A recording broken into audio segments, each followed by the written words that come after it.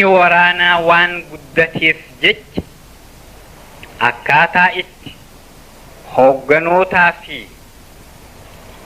hoogganaa fi waraanatti akkaataa itti hoogganoota waraanaatii fi waraana itti addaa baasan waraana jalaa itti fudhatan mala barbaaduun dirqama itti taate bara 1978 marii iccitii godhatanii turan miseensonni golaatii fi barattoota Oromoo keessaayis namoonni dhaqanii waraana keessa faca'anii qooda fudhatanii achumaan waraana hoogganuu akka qaban hubachiisaniiti akka bahan godhanii turan. Yeroo tanarraa eegalee akkuma humni haareyni duraan waraana keessa hin seenin tun wal duraa duubaan dhuftee waraana karaa adda addaatiin qunnamuu eegalteeni waraana keessa gurumin haalli adda addaa faca'ee ture. Akkanumatti akkuma ja'ametti miseensonni golaatis dhufuu eegalan. Yeroo tana jaarraan maal ja'a? Jaarmaya ilmaan Oromoodhaa kan qabsoodhaaf jecha nutti hiriire malee dhaabaa fi gola wanni ja'an hin jirtu. Dhaabni dhaabuma adda bilisummaa Oromoo tokkicha nuti geggeessaa jirru kanaa ja'a.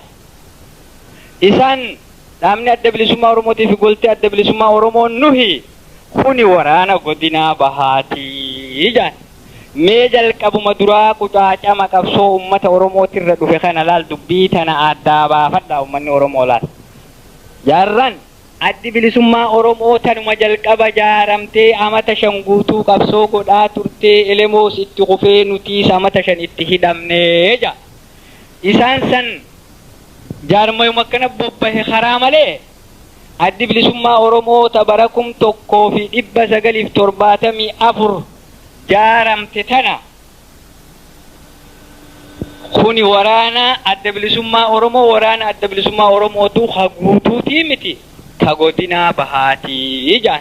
Garuu hanga qorannetti waraana adda bilisummaa Oromoo bakka biraatii qabdu immoo hin agarre dubbii tanarratti.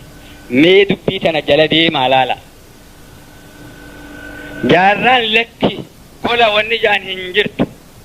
Miseensota qabsaa'ota ilmaan Oromootiitu if jaaree qabsoo nu wajjin godhuudhaaf hiriiree qabsoo isaaniirraa qooda haa fudhatanii jaa. Yeroo tana qabsoon bara 1978 qabsoon silaa diina injifattu qucaacama guddaa keessa seente harka lafa jalaatiin walirra bobbahanii jaarmeenyi bara 1974 jaarame addi bilisummaa Oromoo nuhi jette jaarraaf waraana walitti dirtee waraana inni jaaree guddiserraa jaarraa abbaa gadaatis ariitee miskiinummaadhaan akka hafe seenaan ni hubata jechuudha. Sababa du'a baaruu godhangaa irra guddaa san durattuu egaa dubbiin kan deemaa ture. Eega waraanni buttaan 11 jaaramee bosonti cufti waraana Oromoo taate diinni ummata Oromoodhaa roore biitti tun ta Oromoo ta'uudhaaf tarkaanfiin takka qofa nu hafte akka seenaan hubatutti wal dhabiisa gabaabaa tokko garuu nuti kan beeknuu fi ummanni Oromoo kan beeknu yeroo san hogganoota waraanaa jaarraarraa kaasee hogganoota isa faana jiranii fi qabsootana isaanii wajji geggeessaa jirra jechuudhaan osoo hubannu miseensonni dhaabaati miseensota golaati jechuudhaan hedduun gama Finfinneetiin nu dhufuudhaan kunis miseensa akkanaati kunis miseensa golaa akkanaati jechuudhaan eega waraana kanaa fi ummata keessa namoonni gabaabaan faca'e booda gurmuguruminii fi hamin dhaaba kana keessa seenteeti turte. Mee asittis wanni isin hubachiisu guyyaa wal dhabbiisaa fi dhangala'iinsi kun eegalerraa kaasee akkaan gaafa san achi jirutti kanii yaadadhus khaniin hubadhuus obbo Jaarraa Abbaa Gadaatii fi Doktor Baaruu Kumsaadhaa walgayii hora sabaa walgayii waraanaa eega booheedhaaf godhanii raawwatanii booda waraana cufarra goranii waraana laalaadhaa ummata Oromoodhaa dubbisaadhaa hanga gobeelleerraa hanga harrootitti nu dhufanii turan.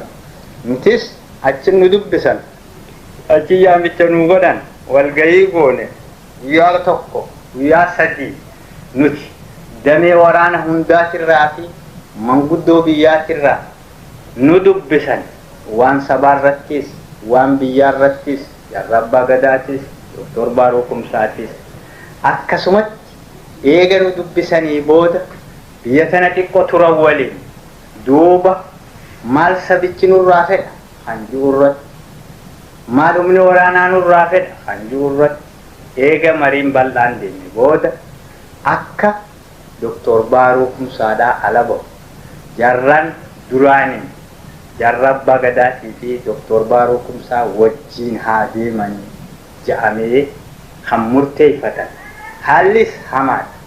Waraanaas akkana dhiibnee bakka takkaan deemu. Ani taraatti aantuun deemu.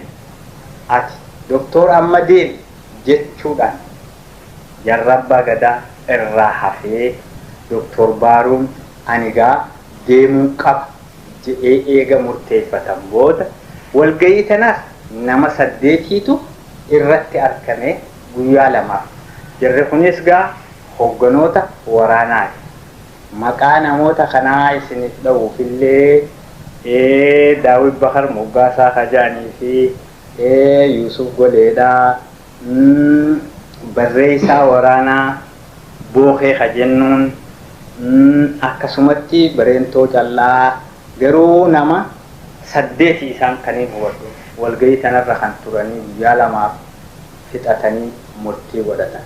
Guyyaa maayyiidhaa kan fixatanii silaa Doktoris gama biyya alaa deemu kan Jaarraanis eega Doktor dhaqee ture booda deebisaa arkatuun haa dhufuu jedhamee fixatan asri sa'a 11 namoonni akkuma adda addaatti wal dura eega bakka tanarraa deemanii booda Jaarraa Abbaa Gadaatis eega salaataaf kute lafa dheertuu Gojjoo Shee Mahammad Xamiin bira dhaqee isaa salaata jiru.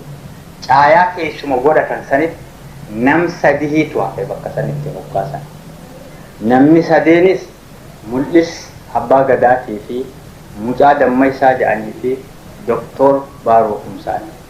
Gaardiin isaaniitis isaanirraa halaalatti qabdeeti jirtu. Yeroo tana dhukaasni dhukaafame.